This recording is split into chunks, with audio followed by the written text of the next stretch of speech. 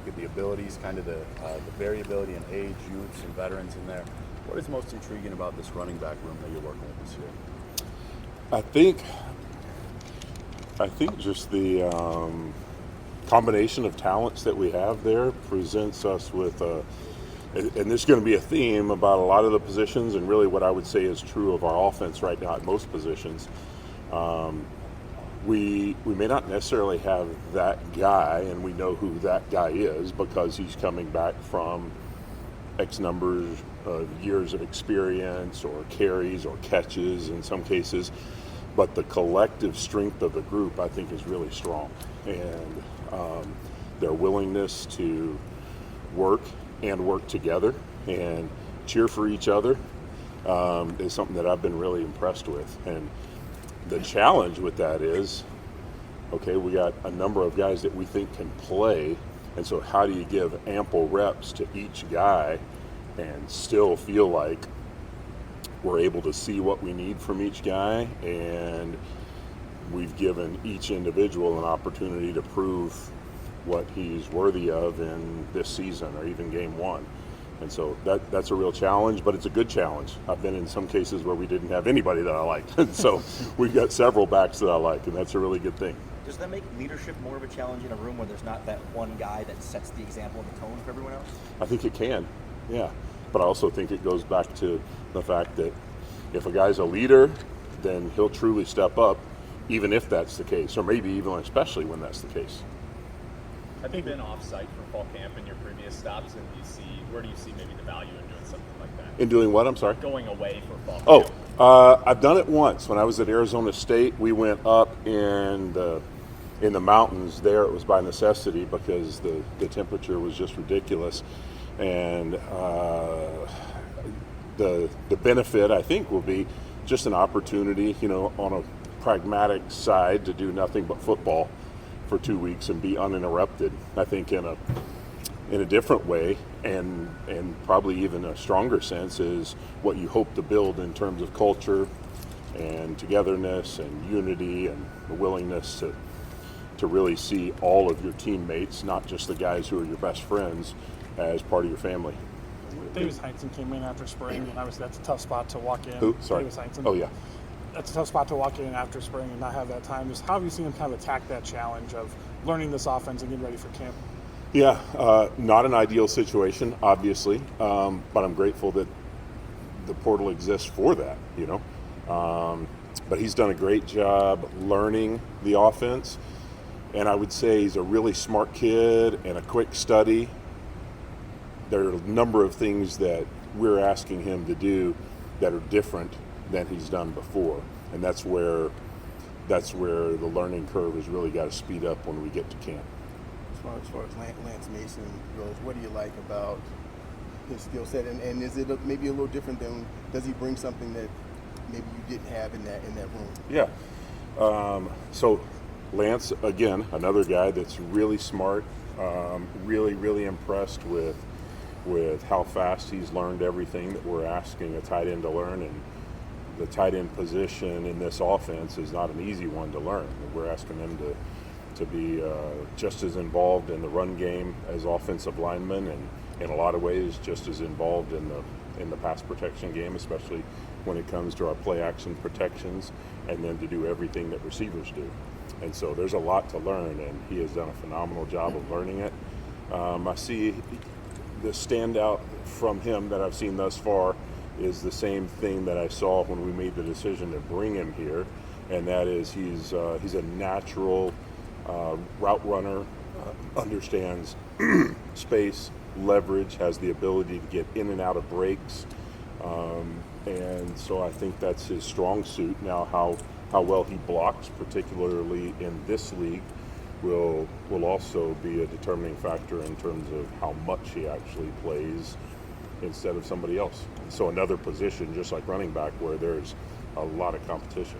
Really transferring from within the conference, he's familiar with a lot of the opponents are familiar with him. What kind of dynamic is that? Is that any advantage to have somebody who's been in the Big Ten, used to Big Ten? Yeah, that's a good question. I think there's certainly an advantage for Billy, understanding what it's like to play And maybe not even the defenses that we're playing. I mean, he may have had one game against a certain team that's on our schedule, but they may have a new defensive coordinator this year. But I think the real advantage for him is just understanding the level of defense and the level of competitiveness that there is in this league, and how much other teams know about him and whether that's an advantage for them. I don't know. They probably have some knowledge of him, but I think he's a different player now than he was last year, just like you would hope any player to be a year removed from his first year as a full-time starter, and a different style of offense. Jeff, how does your offense look now? What are you hoping it looks like by the end of training camp? What does it look like in what regard? Just things that you're picking up early, things that you're excited for, goals that you're going after.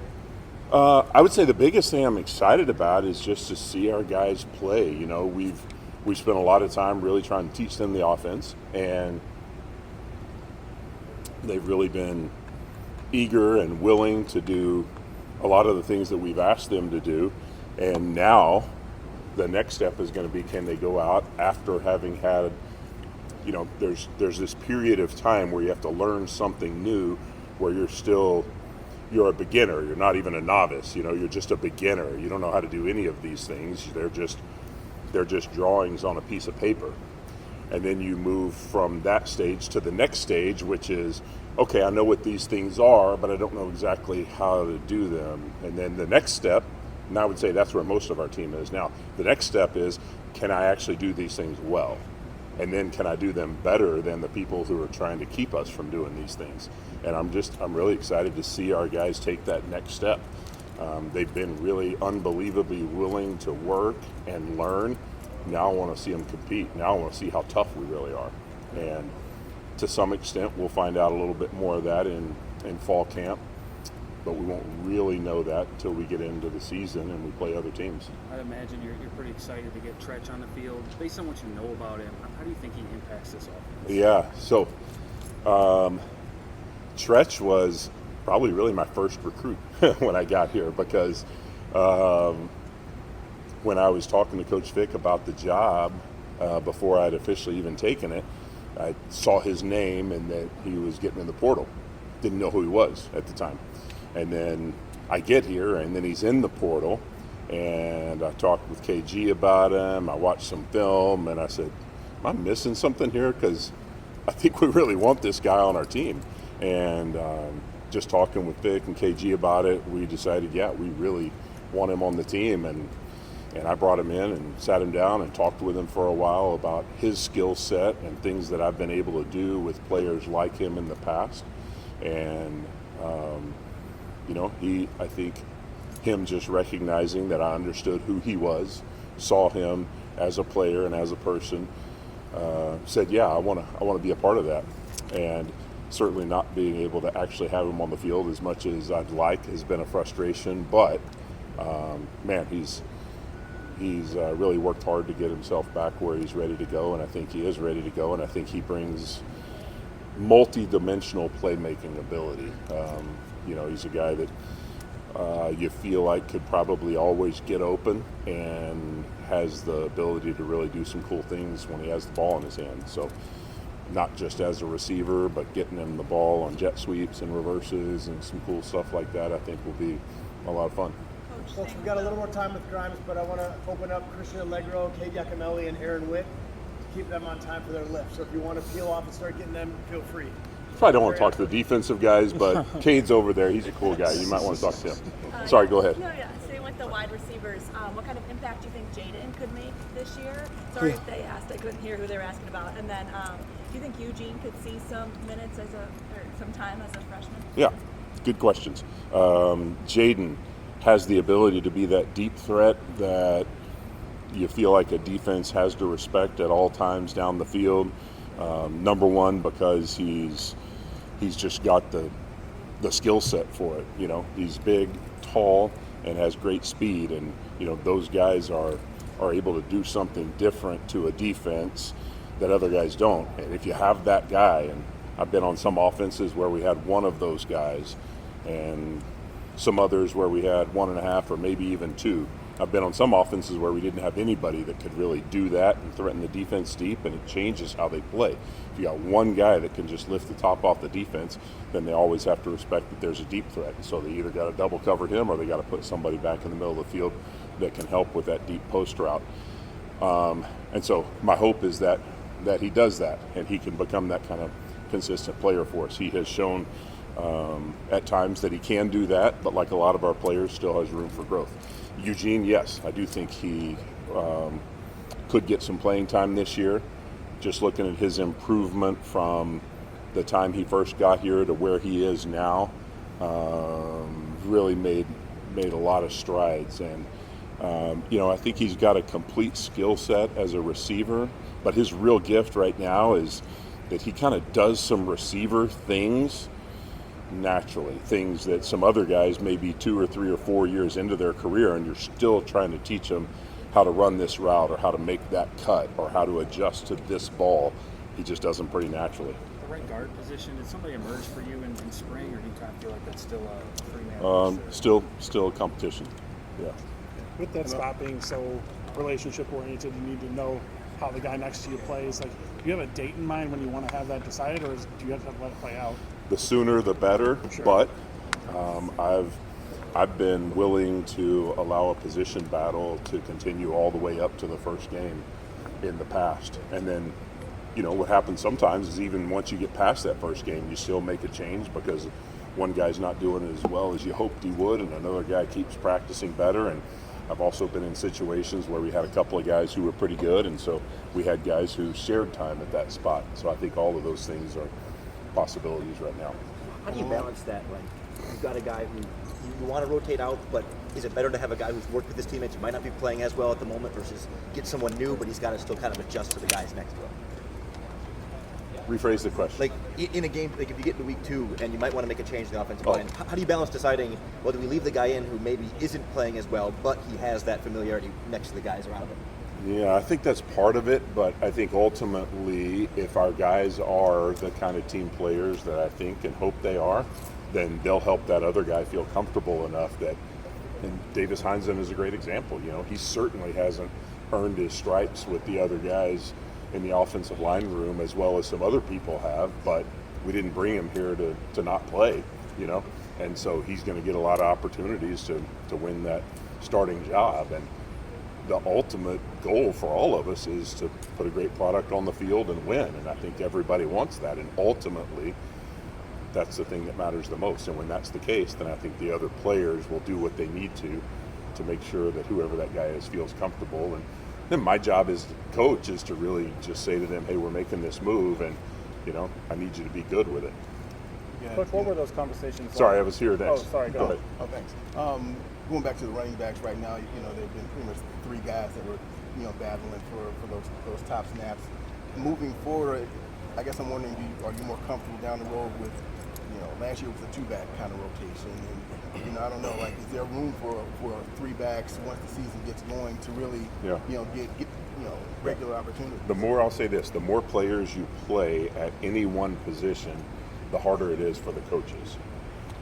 In 2 ways. One, what I'm going to do is I'm going to make sure that we have a plan. If we say all 3 of these tailbacks are worthy of playing, then I'm going to say, okay, when are we playing this guy, when are we playing this guy, and when are we playing this guy, and how are we going to ensure that all of them get snaps? And so that means we have to be organized and efficient enough with our rotation and our personnel groups that we get the right guys on the field at the right time. And that's sometimes a bigger thing than people realize, because if I'm switching that running back, but I'm also switching 2 receivers or maybe a tight end and a receiver, that personnel group has to have all 11 on the field at the right time. So that's one thing. The other thing is just practice reps and getting those guys, as I mentioned earlier, the number of reps that they all need and deserve. The positive on the other side of it is, I think the more players you play, the more buy-in you have, the more collective ownership you have by the whole room and by the whole offense. And so I think it's harder. I think the ideal situation is you have 2 guys that you play most of the time, and then there might be a third that gets maybe a couple of plays, but he's ready to go. But if we have 3 that are ready, then we'll play all of them. Last So, question.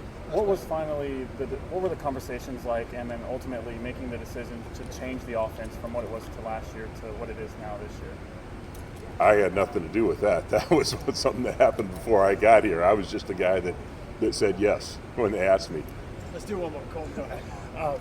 Luke talked last week about the quarterback position, and especially at number 2 spot, like Hunter getting brought in, challenging Danny and kind of battling it out, and whoever ends up not being the 2 might get a red shirt to have some continuity in that room. What were the conversations like with those guys about that possibility?